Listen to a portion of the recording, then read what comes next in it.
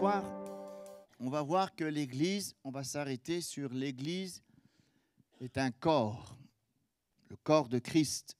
Et on en est ses membres, chacun pour sa part. Et on va voir que l'unité, c'est le plan de Dieu. Dieu veut une Église unie. Je recommence alors. Dieu veut une Église unie. Parce que Christ ne peut pas être divisé. Si l'esprit qui est en mon frère, c'est l'esprit de Christ, c'est le même esprit qui est en moi, c'est le même esprit qui est dans ma sœur. On n'est pas forcément d'accord sur tout, sur les opinions, sur la façon de faire, mais néanmoins, nous sommes un parce qu'on a le même esprit, même breuvage, même espérance, le même sang nous purifie. C'est la même vie qui nous anime, c'est la vie de Christ. C'est une anomalie de ne pas être unis. Et Dieu combat cela. Alors, on va lire ce soir un verset pour commencer, mais après, laissez votre Bible ouverte. Dans 1 Corinthiens 12, on va lire pour commencer le verset 27. Je l'ai cité tout à l'heure, mais on va le lire. Ça sera un peu l'introduction. Et ensuite, on lira plusieurs versets, du verset 12 au verset 31, dans ce même chapitre. C'est un peu long, mais on va le lire parce que c'est beau. Voilà, l'Église a un corps. Il est dit dans le 1 Corinthiens 12, 27, « Vous êtes le corps de Christ. » Vous êtes, ce n'est pas vous essayez d'être. Il n'est pas dit aussi « vous serez peut-être ». Vous êtes. C'est notre identité. Vous êtes ses membres. Chacun pour sa part. Et moi, je crois que cette parole, on doit la prendre d'une manière personnelle. Nous sommes le corps de Christ. Nous sommes ses membres.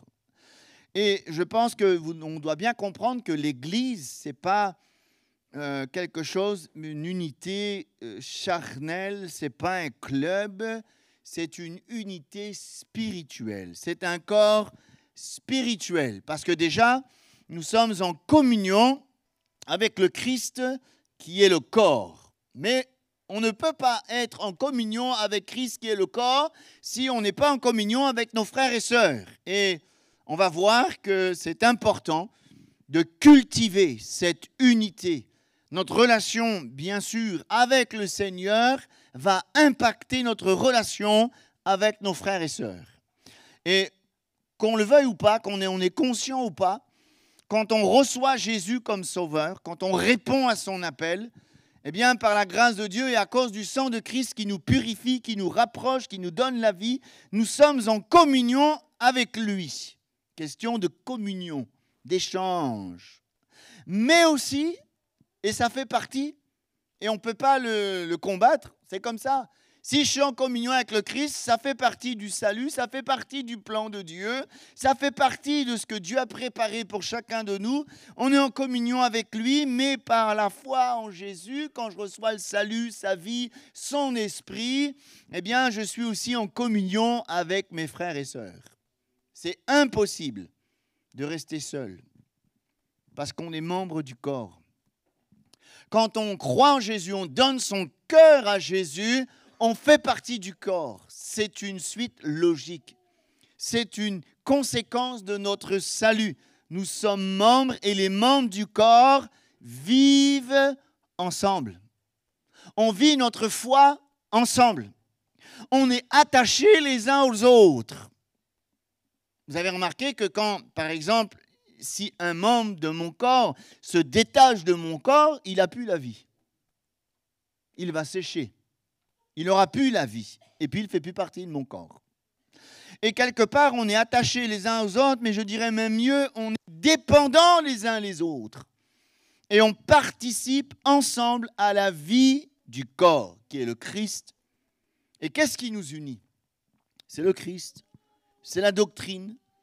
Alors, c'est vrai que c'est facile de dire qu'on est unis avec de ceux qu'on voit de temps en temps. Mais c'est un véritable combat de demeurer un lorsqu'on se voit tous les jours. Et c'est la prière de Jésus dans Jean 17. Je ne te prie pas de les ôter du monde. Je te prie qu'ils soient un comme moi je suis un avec toi, afin que le monde sache que tu m'as envoyé. Donc quelque part, l'Église, c'est le résultat de la prière de Jésus, qu'on soit un. Est-ce qu'il y a toujours cette unité spirituelle, cette unité dans la doctrine, cette unité dans la foi? Et le diable, il va tout faire. Vous savez que vous connaissez cette phrase, diviser pour mieux régner. Alors des fois, les opinions nous séparent, notre façon de faire nous sépare, nos caractères nous séparent, l'indifférence nous sépare, le manque d'amour nous sépare. Mais nous devons combattre cela. Nous devons marcher d'un même pas, nous devons rester unis. Alors, l'apôtre Paul, dans ce chapitre 12, on va le lire du verset 12 au verset 31. Désolé, c'est un peu long, mais c'est beau. Ça explique vraiment l'Église, ça explique le corps, ça explique l'unité du corps malgré la diversité. C'est ça qu'on a du mal parfois, à rester unis dans la diversité. Est-ce qu'on voudrait accepter ce soir que la diversité, c'est une bénédiction? Non? Eh oui, regardez ce qui est écrit. Allez, on y va. Car le corps, comme le corps est un, donc il n'y a pas de division en Christ. Donc son corps ne peut pas être divisé. Et il y a plusieurs membres, vous voyez, unité dans la pluralité. Et comme tous les membres du corps, malgré leur nombre, ne forment qu'un seul corps. Ainsi en est-il de Christ. Nous avons tous en effet été baptisés dans un seul esprit pour former un seul corps, soit juif, soit grec, soit esclave, soit libre. Nous avons tous été abreuvés d'un seul esprit. On a reçu l'esprit de Christ par lequel nous crions Abba Père, n'est-ce pas? Ainsi, le corps n'est pas un seul membre. Heureusement. Vous êtes d'accord? Mais il est formé de plusieurs membres. Si le pied disait, parce que je ne suis pas la main, je ne suis pas du corps, ne serait-il pas du corps pour cela? Et si l'oreille disait, parce que je ne suis pas l'œil, je ne suis pas du corps, ne serait-elle pas du corps pour cela? Si tout le corps était œil, où serait l'ouïe? Si ils étaient tous, oui, où serait l'odorat? Maintenant, Dieu a placé chacun des membres dans le corps comme il a voulu. Si tous étaient un seul membre, où serait le corps? Maintenant, donc, il y a plusieurs membres et un seul corps. L'œil ne peut pas dire à la main, je n'ai pas besoin de toi, ni la tête dire aux pieds, je n'ai pas besoin de vous. Mais bien plutôt, les membres du corps qui paraissent être les plus faibles sont nécessaires, et ceux qui nous estimons être les moins honorables du corps, nous les entourons d'un plus grand honneur. Ainsi, nos membres, les moins honnêtes, reçoivent le plus d'honneur, tandis que ceux qui sont honnêtes n'en ont pas besoin. Dieu a disposé le corps de manière à donner plus d'honneur à ce qui en manquait, afin qu'il n'y ait pas de division dans le corps. Vous voyez bien, il n'y a pas de déchirure. Mais que les membres aient également soin les uns des autres. Si un membre souffre, tous les membres souffrent avec lui. Si un membre est honoré, tous les membres se réjouissent avec lui. Vous êtes le corps de Christ et vous êtes ses membres, chacun pour sa part. Et Dieu a établi dans l'Église, premièrement des apôtres, secondement des prophètes, troisièmement des docteurs, ensuite ceux qui ont le don de miracle, puis ceux qui ont le don de guérir, de secourir, de gouverner, de parler diverses langues. Tous sont-ils apôtres, tous sont-ils prophètes, tous sont-ils docteurs, tous ont-ils le don des miracles, tous ont-ils le don des guérisons, tous parlent-ils en langue, tous interprètent-ils, aspirez aux dons les meilleurs. Et je vais vous montrer une voie par excellence, et on sait ce que c'est que la voie par excellence, c'est l'amour. Maintenant, on peut retenir plusieurs choses ici. On va réfléchir. Je vois que malgré le nombre, le corps ne forme qu'un. Et ça, c'est un défi pour l'Église. C'est plus facile d'être uni quand on est peu nombreux.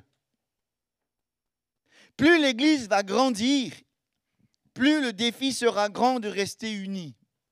Et c'est pour ça que nous, l'Église, nous devons travailler à l'unité, en sorte que ceux qui vont se rajouter à l'Église, eh bien, ils s'intègrent pleinement à cette unité.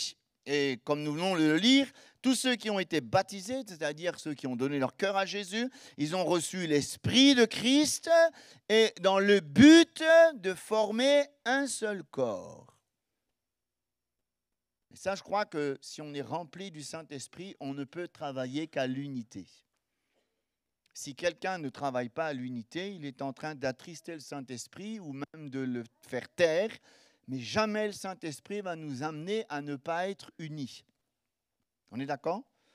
Je vois aussi que malgré la différence, on appartient à un seul corps. On a tous des horizons différentes. On a tous des différences sociales, intellectuelles, peut-être même aussi spirituelles. Ce n'est pas péjoratif ce que je vais dire. Il y a des forts, il y a des faibles, il y a des nouveau-nés, il y a ceux qui sont avancés dans la foi. Mais néanmoins, ça ne doit pas nous empêcher d'être unis. Parce que c'est facile et c'est tentant.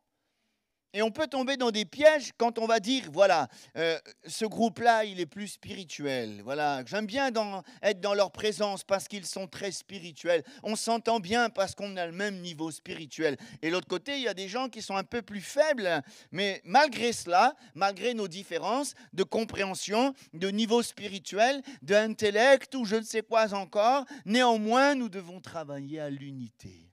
Gloire à Dieu. Malgré la différence, nous devons rester unis. Vous savez qu'une église unie, c'est là que Dieu envoie le Saint-Esprit, c'est là que Dieu agit avec puissance. Hein, et je crois qu'il y a plein d'exemples comme ça. Et je dirais même plus loin, quand je lis ce texte, malgré la diversité,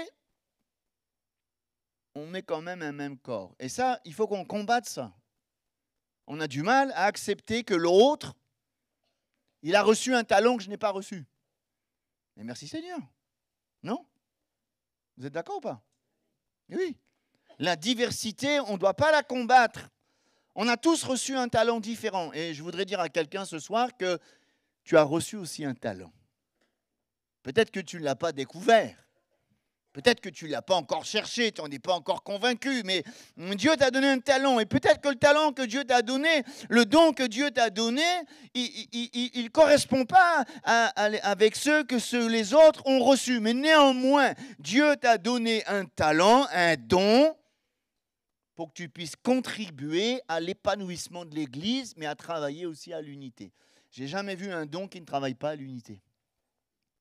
J'ai jamais vu quelqu'un qui a reçu quelque chose qui ne travaille pas à l'unité. Et Dieu qui a placé les membres comme il a voulu. Il est souverain, non? Pourquoi tu te glorifies de ce que tu as reçu? Pourquoi tu es Seigneur, je n'ai pas reçu? Mais gloire à Dieu si l'autre il a reçu et pas toi, non? Je prends un exemple. Imaginez, on prie, Seigneur, fais qu'il y ait au milieu de ton église, Seigneur, sers-toi de moi pour qu'il y ait là ce don spirituel, le don de miracle. Ok. Est-ce qu'on peut prier comme ça? Non pas que je vais avoir le don miracle. On n'a pas de don, frères et sœurs. Dieu se sert de nous, il nous les donne juste pour bénir l'Église. On ne peut pas se targuer, j'ai un don. Tu n'as rien du tout, tu es un canal à travers lequel le don passe. Mais on peut prier, on dit, Seigneur, donne à l'Église. Et j'ai prié, mais il ne me l'a pas donné à moi, il l'a donné à quelqu'un d'autre. Est-ce qu'il a répondu à ma prière, le Seigneur? Ben oui, parce qu'il a donné à l'Église. Nous, on voit toujours notre côté personnel. Donne-moi. Donne-moi et sers-toi de moi. Mais Dieu donne pour travailler à l'unité, c'est-à-dire pour l'Église. C'est formidable, non? Et même si je n'ai pas reçu, mais l'autre, il a reçu, que Dieu soit béni. Ça s'appelle la diversité. Et on est complémentaires. Imaginez, on serait tous chantres. On serait tous prédicateurs. Vous serez le musicien. Et servir Dieu, ce n'est pas simplement être là sur l'estrade. Peut-être les services un peu moins en vue, mais néanmoins, c'est Dieu qui donne, c'est Dieu qui appelle, c'est Dieu qui qualifie, c'est Dieu qui envoie. Et que Dieu soit béni. Mais tous les talents, tous, les visibles et pas visibles, les matériels comme les spirituels, doivent travailler à l'unité de l'Église. Et je vois aussi dans ce texte qu'on vient de lire, tous les membres ont besoin les uns des autres. Il est bien dit, la main ne peut pas dire au pied, je n'ai pas besoin de toi. Non, tu ne sers à rien. Tu es trop jeune. Que jamais on dit ça. Que les plus anciens encouragent les plus jeunes dans la foi. Moi, quand j'ai commencé à servir le Seigneur, je suis tombé tout de suite avec des anciens qui ont mis la main sur moi. Ils m'ont dit, viens, on va te montrer comment c'est le Seigneur. Et c'est beau. Et je crois que les jeunes ont besoin des anciens, parce que les anciens, ils ont peut-être plus d'expérience. Les jeunes, ils ont plus de force, mais ils ont moins d'expérience. Les anciens, ils ont moins de force, mais ils ont plus d'expérience. On arriverait à faire quelque chose de bien, là, non? Vous êtes d'accord? Eh oui. Des fois, on dit, ah, on est trop vieux, on ne sert plus à rien. Non, non, non, on a besoin de votre sagesse, de votre expérience. Ah, les jeunes, ce n'est pas un défaut. Et un jour, un chanteur a dit que si la jeunesse est un défaut, rassurez-vous, elle se corrige tous les jours. Parce qu'on vieillit, n'est-ce pas? Donc, on peut dire que tous les membres, on a besoin des uns des autres. Aucun membre ne peut prétendre ne pas avoir besoin des autres. Et même si je sers le Seigneur, quel que soit le talent que Dieu m'a donné, j'ai besoin de l'autre et l'autre a besoin de moi. Et ensemble, on travaille à la croissance de l'Église. Alléluia. Même les plus faibles sont utiles. C'est ce qu'on voit ici. Ceux qui sont le moins honorables, ceux qui ont moins d'honneur, eh bien, on dirait que le Seigneur, il prend soin. Et je pense que là, je parle peut-être de ceux qui sont plus réservés, ceux qui sont peut-être moins expressifs, ceux qui sont peut-être plus timides. Vous êtes précieux pour l'Église. Vous êtes d'accord? Il y a des frères et sœurs comme ça, on n'entend jamais. Prie pas. C'est pas parce qu'ils ne prient pas, ils n'osent pas, ils sont timides. Mais ils sont quand même précieux. Peut-être qu'ils n'osent pas, ils n'osent pas. Et c'est peut-être là le défi, dans le souci de l'unité. Nous qui peut-être servons le Seigneur, qui ont un peu plus peut-être d'expérience, de zèle ou je ne sais pas, peut-être on devrait tendre la main à quelqu'un qui n'ose pas, viens, on va le faire ensemble. Viens. On fait avec, à un moment donné, il nous regarde, après il fait, après il laisse faire. Ça s'appelle la croissance, hein? Voilà. Et moi, je crois qu'il y a encore une autre recommandation dans ce texte. Les membres du corps doivent prendre soin les uns des autres. Excusez-moi, je parle franchement, honnêtement, j'ouvre mon cœur. Des fois, on a un peu la tête dans le guidon. Hein? On vit notre foi, notre expérience. À côté de nous, il y a quelqu'un qui souffre et on ne voit pas le besoin. Une parole peut-être d'encouragement, une parole dite à propos apporte la guérison, n'est-ce pas? Peut-être juste quelqu'un qui est à côté de nous et on doit prendre soin les uns des autres. Je l'ai parlé hier soir, suis-je le gardien de mon frère? Oui. Et on doit s'encourager, on doit s'édifier.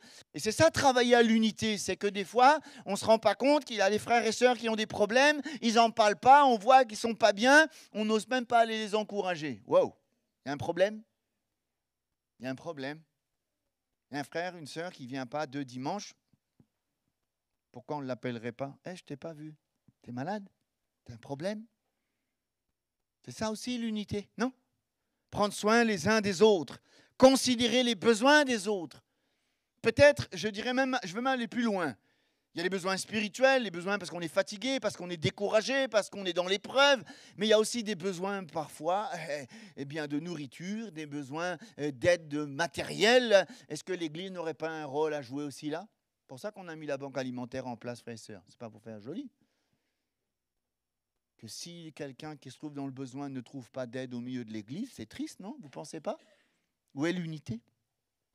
Et c'est pour ça qu'il est dit, la souffrance d'un seul ne peut pas laisser les autres dans l'indifférence. Seigneur, ouvre nos yeux. Vous savez qu'est-ce qui ouvre nos yeux pour voir la souffrance de l'autre? C'est l'amour. L'égoïsme met un voile. L'orgueil met une visière. L'amour ouvre nos cœurs et on voit le besoin de l'autre. Seigneur, savoir se réjouir sans... Il est bien dit, si quelqu'un souffre, on va souffrir avec lui, on va pallier, on va l'encourager. Quelqu'un passe par je ne sais pas, le deuil, on va lui donner, on va le soutenir. Quelqu'un passe par une épreuve, la maladie, on va l'encourager, on va le téléphoner, on va le visiter. Ah, mes frères, je ne suis pas établi à faire des visites. Et alors, on ne peut pas faire une visite fraternelle sans vouloir faire une prédication sur la théologie de la guérison. Tu peux aller le visiter, prier avec lui, l'encourager, non? C'est pas ça l'unité de l'Église? Amen. Moi, je crois que si on réalise ça, il est bien dit, vous êtes le corps de Christ, vous êtes ses membres, chacun pour sa part. Ça veut dire que chacun a un rôle à jouer, non? Chacun pour sa part. Et on doit tous travailler à l'unité, à l'édification. L'édification de l'Église. La santé spirituelle de l'Église. Ah, mais ça, c'est les pasteurs. C'est les pasteurs qui vont nourrir l'Église, qui prennent soin de l'Église. On est tous concernés. Chacun pour sa part. Chacun en a reçu des talents, chacun en a reçu quelque chose, que chacun mette au service des autres ce qu'il a reçu. Est-ce qu'on peut se poser une question ce soir? En quoi puis-je être en bénédiction pour mon frère ou ma sœur? Non, chacun se pose la question. Je me la pose aussi. Comment je peux bénir mon frère?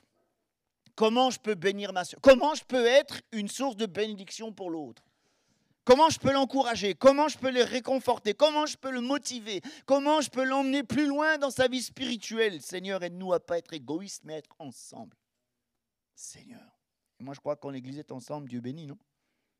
Oui, non? Et c'est pour ça que l'Église, c'est un corps vivant, et parce qu'il est vivant, il agit. Chaque membre doit participer à la vie de l'Église. Vous êtes d'accord que ce leitmotiv, il est important. Christ nous a sauvés pour servir. Sinon, quand il nous aurait sauvés, des fois je réfléchis, je dis, Seigneur, c'est vrai, quand on a donné notre cœur, tu aurais pu nous emmener au ciel tout de suite, c'était fini. Non? Pourquoi il nous a laissés là alors? Vous n'avez jamais posé la question, ou c'est peut-être que moi qui me pose la question? Seigneur, j'ai donné mon cœur, tu aurais pu me prendre tout de suite, c'était fini. Pourquoi tu nous as laissés sur cette terre? Pour prêcher l'Évangile, mais aussi pour te servir. Avez-vous vu l'apôtre Paul sur le chemin de Damas, quand Dieu l'arrête? Seigneur, que veux-tu que je fasse? Voilà, le fruit de la conversion, c'est l'envie de servir. Pas une envie, c'est un besoin de servir Dieu. Sauvé pour être au service des autres. C'est ça notre vocation, non?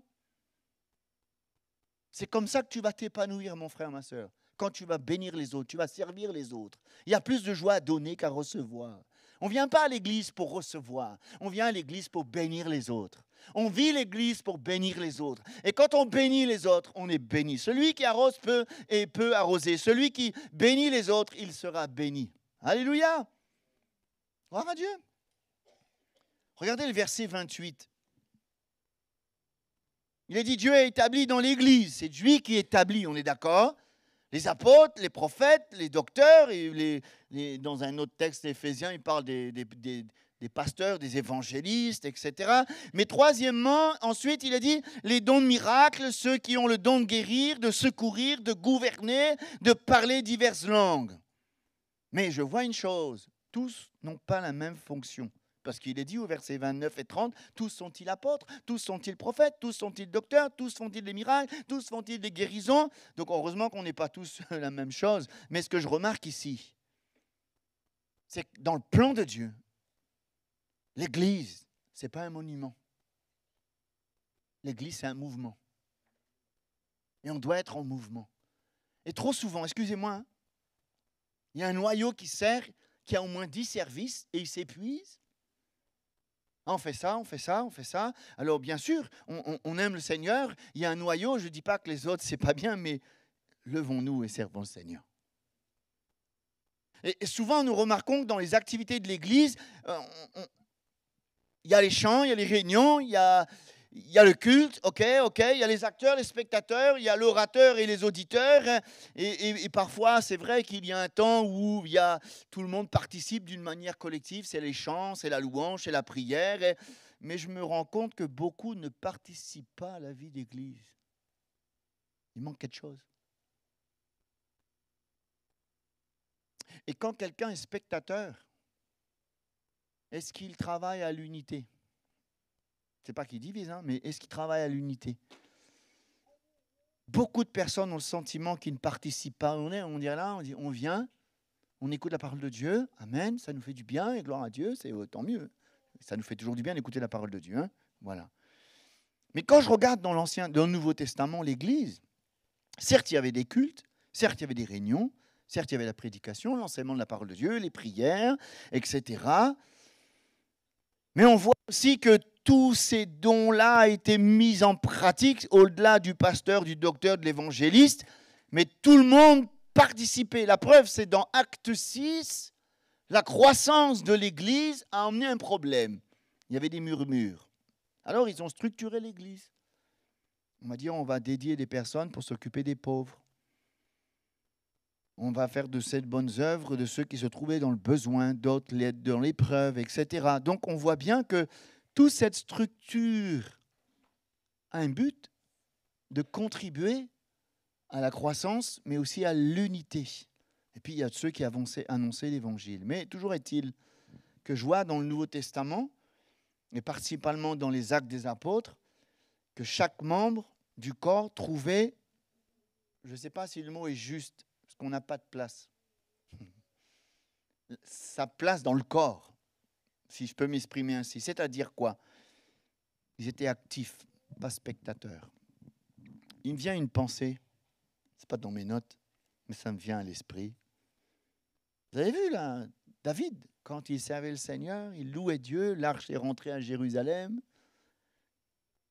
La fille de Saül, qui était sa femme, Michal, elle était où?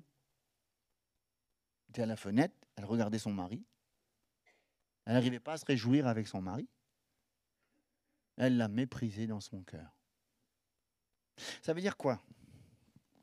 Que parfois, dans l'inactivité, on a un regard très critique à l'égard de ceux qui font quelque chose parce que c'est jamais bien. Mais quand on sait le Seigneur, on n'a pas le temps de s'occuper de tout ça. On est pris dans l'activité. Donc, servez le Seigneur. Il est dit dans le psaume 100, vous êtes d'accord? Servez le Seigneur avec joie. Servons le Seigneur. Tu as forcément quelque chose à faire. Peut-être ce n'est pas un service qui est en vue, mais tu fais partie du corps. Chacun pour sa place, chacun pour sa part. Et on remarque aussi que même si tout le monde sait le Seigneur, il doit y avoir une organisation. C'est pas, on sait le Seigneur, chacun fait ce qu'il veut. Ça, c'est le temps des juges. Un corps est organisé. Et on doit, même dans les Actes des Apôtres, dans Romains, Éphésiens, et on dirait que l'apôtre Paul, quand il écrit, on voit bien qu'il parle de l'organisation et même de la discipline de ceux qui peut-être se conduisent mal. C'est quoi le but? De conserver l'unité du corps. Et la croissance du corps passe que par l'unité. Dieu veut un peuple uni. Non? Regardez l'image, ce n'est pas dans mes notes, mais regardez l'image de Néhémie. Quand dans le chapitre 3, ils reconstruisent la muraille. Il y a un mot qui est formidable. À côté, il y a l'orfèvre à la porte 2, à côté, à côté, à côté. Lisez Néhémie 3 à 4. À côté, à côté, à côté. On est tous à côté l'un de l'autre et on sait le Seigneur ensemble. Gloire à Dieu. Et je crois que pour vivre cette unité, elle est spirituelle. Et on a besoin des qualités.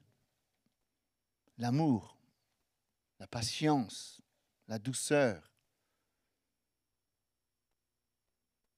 l'amour fraternel, bien sûr, pour conserver cette unité. Mais comment arriver à vivre cette unité? Comment arriver? Ben, c'est simple. Enfin, c'est simple. Si c'était simple, c'était bien. On va vivre cette unité quand nous serons unis à Christ.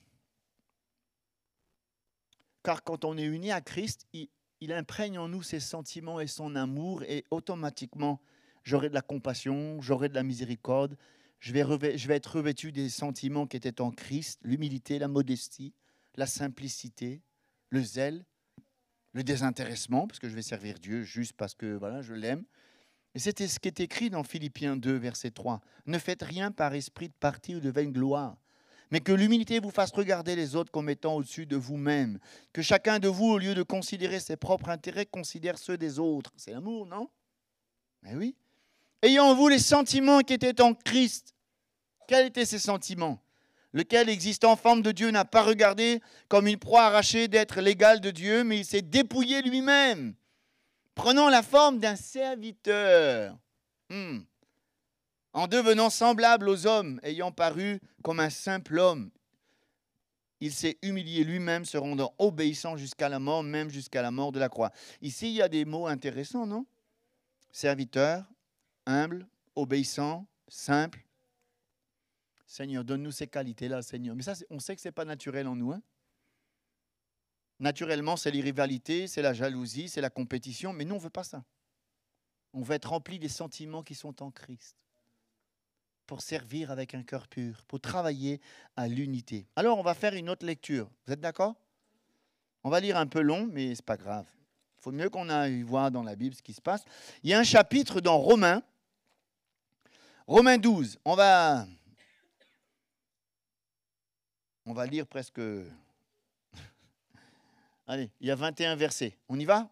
On prend le temps ou pas? Encore bonne heure. Allez. Romains 12, et on va essayer d'éplucher tout ça. Des fois, on le lit vite, mais on va s'arrêter et on va prendre chaque parole, non pas pour les autres. Des fois, et ça, c'est bon pour le frère intel, ça, c'est bon. Non, c'est pour toi. On est d'accord? Voilà. On prend cette parole. Et ça va être un peu la conclusion, elle va être un peu longue, mais on va essayer d'éplucher tout ça. On va lire tout le chapitre. Allez, on y va. Je vous exhorte donc, frères, par les compassions de Dieu, à offrir vos corps comme un sacrifice vivant, saint, agréable à Dieu, ce qui sera de votre part un culte raisonnable. Ne vous conformez pas au siècle présent, mais soyez transformés par le renouvellement de l'intelligence, afin que vous discerniez quelle est la volonté de Dieu, ce qui est bon, agréable et parfait. Qu'est-ce que la volonté de Dieu pour l'Église? Qu'elle soit unie. Mais oui. Par la grâce qui m'a été donnée, je dis à chacun de ne pas avoir de lui-même une trop haute opinion, mais de revêtir les sentiments modestes, selon la mesure de foi que Dieu a départie à chacun. Car, comme nous avons plusieurs membres dans un seul corps, ça fait référence à ce qu'on vient de lire, hein, et que tous les membres n'ont pas la même fonction. Heureusement, c'est une bénédiction. Hein? Ainsi, nous qui sommes plusieurs, nous formons un seul corps en Christ. Et nous sommes tous membres les uns les autres. Puisque nous avons donc des dons différents, selon la grâce qui nous a été accordée. Que celui qui a le don de prophétie l'exerce selon l'analogie de la foi. Que celui qui est appelé au ministère s'attache à son ministère, que celui qui enseigne s'attache à son enseignement, celui qui exhorte à l'exhortation, celui qui donne fasse avec libéralité, celui qui préside le fasse avec zèle, que celui qui pratique la miséricorde le fasse avec joie, que la charité soit sans hypocrisie et le mal en horreur. Attachez-vous fortement au bien. Par amour fraternel, soyez pleins d'affection les uns pour les autres. Vous voyez, les uns les autres, comment ça revient? Les uns les autres, les uns les autres. C'est incroyable, hein? Par honneur, usez de prévenance réciproque, ou les uns les autres, ça veut dire la même chose. Ayez du zèle et non de la paresse. Soyez fervents d'esprit. Servez le Seigneur, encore une fois. Réjouissez-vous en espérance. Soyez patients dans l'affliction. Persévérez dans la prière. Pourvoyez aux besoins des saints. Exercez l'hospitalité. Bénissez ceux qui vous persécutent. Bénissez, ne maudissez pas. Réjouissez-vous avec ceux qui se réjouissent. Pleurez avec ceux qui pleurent. Ayez les mêmes sentiments les uns envers les autres. N'aspirez pas à ce qui est élevé, mais laissez-vous attirer par ce qui est humble. Ne soyez point sages à vos propres yeux. Ne rendez à personne le mal pour le mal. Recherchez ce qui est bien devant tous les hommes. S'il est possible, autant que cela dépende de vous, soyez en paix avec tous les hommes. Ne vous vengez point de vous-même, bien-aimés, mais laissez agir la colère, car il est écrit: à moi la vengeance, à moi la rétribution, dit le Seigneur. Mais si ton ennemi a faim, donne-lui à manger. S'il a soif, donne-lui à boire, car en agissant ainsi, ce sont des charbons ardents que tu amasses sur sa tête. Ne te laisse pas vaincre par le mal, mais surmonte le mal par le bien. Alors, ici, il y a quand même beaucoup de recommandations, n'est-ce pas, pour vivre cette unité. Il parlait d'offrir sa vie à Dieu comme un sacrifice vivant. Ensuite, il est parlé de ne pas se conformer au siècle présent. C'est ça qui va briser l'unité. Se conformer au siècle présent. Vivre comme le monde va briser l'unité. Ça veut dire qu'on va être transformé de gloire en gloire, l'intelligence renouvelée, afin de discerner la volonté de Dieu. Et je pense que si on fait la volonté de Dieu, on va faire ce qui est bon, ce qui est agréable. C'est quoi qui est agréable et parfait? C'est qu'on soit unis. C'est ça, la volonté de Dieu. Ensuite, il est parlé des sentiments modestes. Au verset 3, des sentiments modestes. Voilà, soyons modestes. N'ayons pas trop une autre opinion de nous-mêmes. Voilà, ça va conserver l'unité. Ensuite, il est parlé, nous avons plusieurs membres dans le corps, mais tous n'ont pas la même fonction. C'est ce que j'ai dit tout à l'heure. Mais nous sommes néanmoins membres les uns les autres. Nous sommes peut-être différents, mais nous sommes unis encore. Ensuite, il est parlé de zèle. Il est parlé de l'amour sans hypocrisie, l'amour authentique. Qui c'est qui peut nous le donner, cet amour authentique, vrai? C'est Jésus. Si je suis rempli du Saint-Esprit, le fruit de l'Esprit, c'est l'amour. Si j'aime mon frère, je vais être uni avec lui. Ça ne peut pas être autrement. Soyez plein, par amour fraternel, soyez pleins d'affection les uns pour les autres. Est-ce qu'on aime notre frère? Est-ce qu'on aime l'Église? Oh, mais lui, il a un caractère bizarre. Je l'aime un peu moins. Il n'y a pas de partialité dans l'amour de Dieu, vous voyez? Plein d'affection, plein de prévenance. Ah, ça aussi, c'est important. C'est quoi la prévenance réciproque? Quand il est dit veiller les uns sur les autres, c'est pas s'expier pour voir qu'est-ce que l'autre il fait dans le secret, nanani. Il dit, si on voit ton frère qui a péché, va et reprends-le. Si tu écoutes, tu as gagné ton frère. C'est ça, le véritable amour. Si j'aime mon frère et que je le vois dans une situation qui n'est pas conforme à la parole de Dieu, je ne peux pas ne pas lui dire. Vous comprenez ce que je veux dire? Sinon, tu ne l'aimes pas. Et c'est pour ça qu'il est dit, soyez usés de prévenance réciproque. C'est dans l'amour, hein, c'est pour ça qu'il est dit dans Galates, voilà, reprenez avec douceur. Vous qui êtes spirituels, reprenez avec douceur. Dans le but de gagner. Voilà, si quelqu'un est en train de faire fausse route, quelqu'un est en train de se décourager, quelqu'un a été vraiment séduit par une fausse doctrine, si on l'aime, on doit le prévenir. Voilà. Verset 11, ayez du zèle. Comme je parlais tout à l'heure, hein, du zèle. Servons le Seigneur. Soyons fervents d'esprit. Servez le Seigneur. Réjouissez-vous en espérance. Persévérez dans la prière. Pourvoyez aux besoins des saints. Exercez l'hospitalité. Waouh! C'est tout ce qu'on vient de voir. Hein. Ce texte, il est formidable. Hein. Ayez les mêmes sentiments les uns envers les autres. Ça ne veut pas dire qu'on aura toujours la même pensée. Mais c'est le sentiment de Christ. Ce qu'on a besoin, c'est d'être rempli de Jésus. Ce qu'on a besoin, c'est d'être rempli du Saint-Esprit. Et puis surtout, ne soyez pas sages à vos propres yeux. Voilà. On a toujours besoin de la sagesse de Dieu. Vous voyez le défi? L'Église, c'est un corps. Voilà. L'Église, c'est un corps. Le corps de Christ ne peut pas ne pas être uni. Et moi, je crois que l'Église est unie.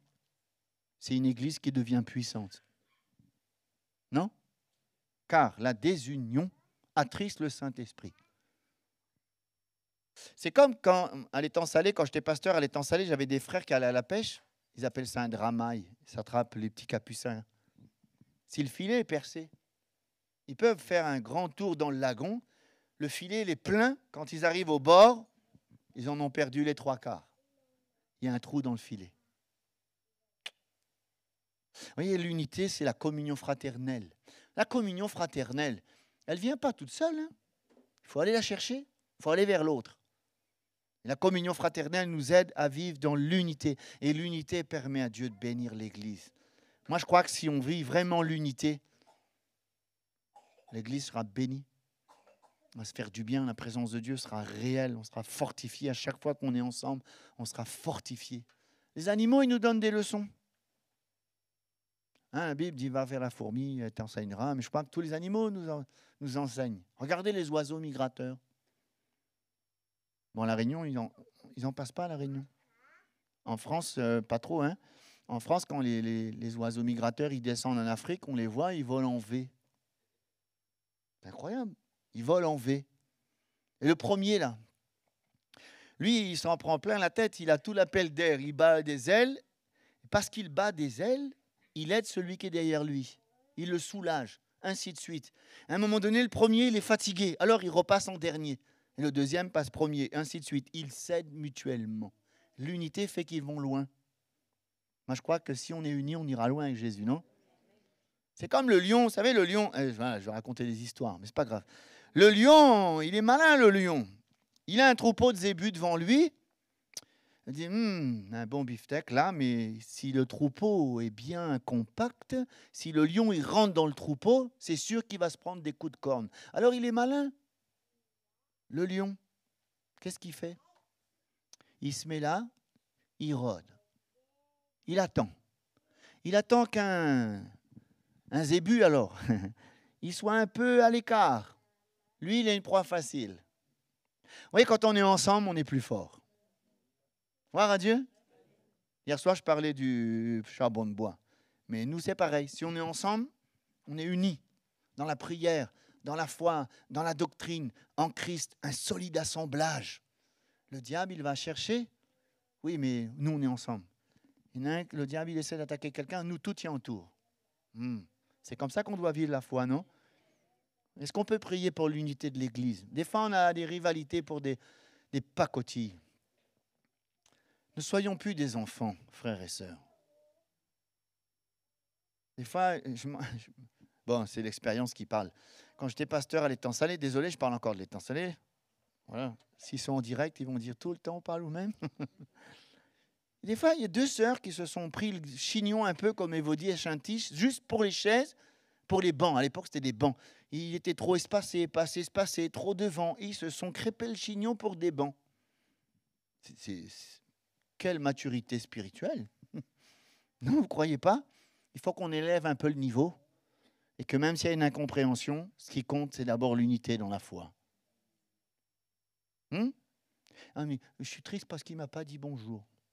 Mais peut-être que ce jour-là, il avait mal de tête, il s'est assis, il a causé avec personne. Et voilà. Ne nous arrêtons pas à des pacotilles. Le diable, il va essayer de trouver des petits grains de sable juste pour nous séparer les uns les autres. Mais nous, on ne veut pas faire le rôle de l'adversaire. On veut un corps uni. On veut marcher d'un même pas. Au point où nous en sommes, marchons d'un même pas. Gloire à Dieu. Il faut vraiment prier pour l'unité de l'Église. Moi, je pense qu'on verrait des grandes choses si le peuple serait vraiment uni. Le Saint-Esprit serait à l'œuvre. Les dons spirituels seront libérés. Quand je parle des dons spirituels, c'est plus que le parler en langue, la prophétie, l'interprétation, mais des miracles, des prodiges, des paroles de révélation, des paroles de connaissance. C'est écrit dans la Bible. Pourquoi on ne le vit pas alors? Parce que le Saint-Esprit n'est pas assez à l'aise.